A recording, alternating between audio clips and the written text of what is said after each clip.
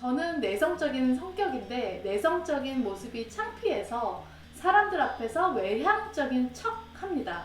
내성적인 게 부끄러운 게 아닌데 왜 전 창피할까요? 극복할 수 있는 방법이 있을까요? 제가 네. 이 질문을 딱 들으면서 문장 하나하나마다 다 딴지를 걸고 싶은 거예요. 지금. 네네네. 예, 일단은 네. 내성적인 모습이 창피하다. 그러니까 예. 그 내성적인 분들이 그게 되게 단점이라고 생각하는 분들이 많은 것 같아요. 100% 내성적인 사람 그리고 100% 외향적인 사람이 없거든요, 사실은. 맞아. 예, 우리 모습 안에는 몇십 프로의 내향인, 몇십 프로의 외향인이 다 존재를 한다고 생각을 해요. 그런데 어떤 사람은 외향적인 모습이 밖으로 나왔을 때 더 편안한 사람이 있고 어떤 사람은 내향적인 모습이 나왔을 때 더 편안한 사람이 따로 존재를 하는 거예요.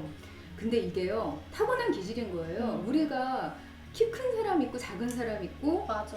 또 이렇게 어깨가 넓은 사람 있고 좁은 사람 있고 성격도 그냥 타고나더라고요, 생물학적으로. 내성적인 게 부끄러운 게 아닌데 왜 부끄럽다고 생각을 하죠? 부끄럽다고 느끼는 감정이 진짜 부끄러운 게 아니더라고요. 그럼 뭐예요? 예를 들면 지금 수영 씨랑 내가 같이 있어요. 네. 같이 막 놀고 있는데 네. 저는 피곤한 거예요, 사실은. 그럼 그 사실을 만약에 수영 씨가 알게 되면은 안 되잖아요. 이걸 들키고 싶지 않은 마음이 창피한 마음하고 혼동되는 거거든요. 이해를 못 하고 있어. 저는 피곤하면 피곤한가 보지 뭐 그게 왜 부끄럽지? 왜 알면 안 되지? 그냥 그렇게 생각이 들거든요. 예, 그게 내향인과 외향인의 네. 차이인데요. 사고의 방향이 달라요.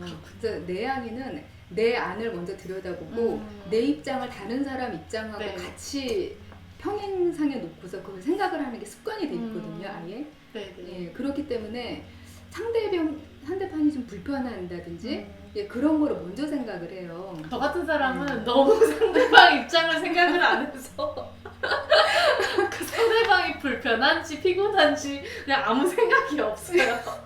이게 타고난 거죠? 예, 갖고 타고나는 거고요. 네네. 내향인들은 외향인 방향으로 좀 더 편해지기 위해서 노력하는 게 사회화예요. 외향인들은 반대로 내향인 모습처럼 조금 자기를 누르는 게 사회화더라고요. 그럼 이걸 극복할 수 있는 방법이 있을까요? 라고 질문을 하셨는데 기본적으로는 극복이 안 되지만 네. 지금 제 경우도 굉장히 내성적이고 지금 이렇게 여러분들이 이렇게 지켜보고 계신데 이러고 있잖아요.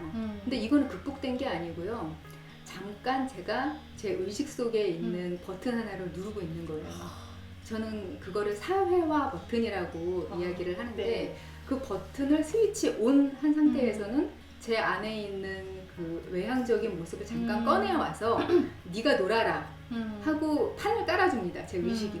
이거 끝나고 네. 집에 가면 버튼을 끄겠죠. 네. 그래도 버튼을 켰을 때 그게 나온다는 것도 쉽지는 않을 것 같은데요. 이게 처음부터 자유자재로 되는 건 당연히 아니라고 생각을 하고요. 제 본성이 있으면은 선을 한 발자국만 넘는 거예요. 아주 한 발자국씩 1cm씩 넘다 보면은 반드시 편안해지는 시점이 오거든요. 세베라님이 사회 버튼을 항상 열고 싶대요. 내향인이신데 그러시면요. 큰일 납니다. 네. 방전되죠. 완전히 방전되고요.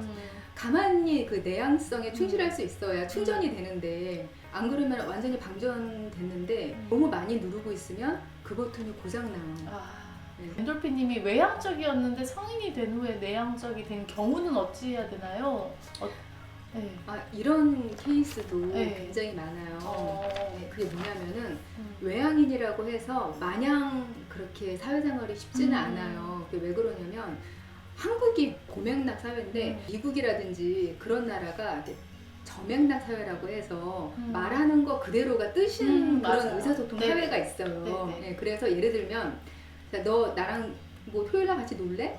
얘기를 하면은 내가 피곤해서 그날은 좀 쉬고 싶어 이렇게 얘기를 해도 네. 서로 의사소통이 그대로인 그런 건데 네. 우리나라에서는 나 피곤해서 안 갈래 이러면은 내가 그 정도밖에 안 되는 그런 친구인가? 라고 생각을 할 수 있기 때문에 그날 나 결혼식이 있는데 어떡하지? 라든지 돌려서 하잖아요. 네. 만약에 이거를 파악하지 못한 상태에서 그 집단에서 너무 외향적으로 굴면 소외된다고 해야 되나? 나쁘게 말해서 쟤 왜 저렇게 나대지? 이래서 상처를 받는 경우가 굉장히 많아요, 사실은. 근데 그런 일을 당했을 때 좀 자아가 튼튼하고 멘탈이 좀 강한 친구들 같으면 뭐 그러든지 말든지 하면서 그냥 그대로 페이스를 유지할 수가 있는데 그렇게 외향적인데 조금 마음이 약하고 어릴 때 그런 일을 당하거나 하면 상처를 입어요. 맞아요. 그래서 트라우마가 생겨서 내 성향은 외향인인데 내향인처럼 살게 되는 그런 사람들도 많거든요. 아, 참 그 사람들 어떻게 해야 돼요?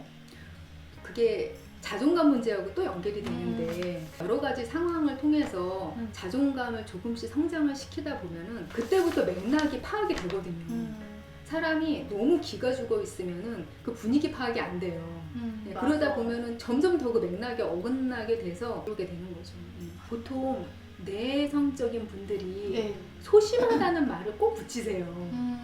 내성적인 분들이 예민하다고 했잖아요. 그래서 예를 들면 이렇게 누가 꼬집었을 때 아픈 거를 더 잘 느끼는 거예요. 근데 이걸 더 잘 느낀다고 해서 제가 약한 건 아니잖아요. 그렇죠. 내성적인 분들이 대범한 분들이 얼마나 많으신데요. CEO 분들 막 수백억씩 투자하시는 분들 내성적인 분들 많으시잖아요. 맞아요. 제가 아는 저희 그 창업가 모임에 친구가 있는데 진짜 대단한 사업가인데 정말 조용하고 말도 없고 내향적인 사람이에요. 저 같은 사람은 요만큼만 해도 막 떠들고 다니는데 얘는 정말 묵묵히 엄청난 규모로 다 이미 잘하고 있더라고요. 그러니까 저도 굉장히 내향인이고 잘 이렇게 반응하고 예민한 사람이잖아요. 그런데 가끔 뭐 지르는 거 보면 장난 아니거든요. 그러니까 이게 굉장히 다른 영역이고요. 집도 막 지르시고. 집도 마트에 장 보러 갔다가 집을 사는.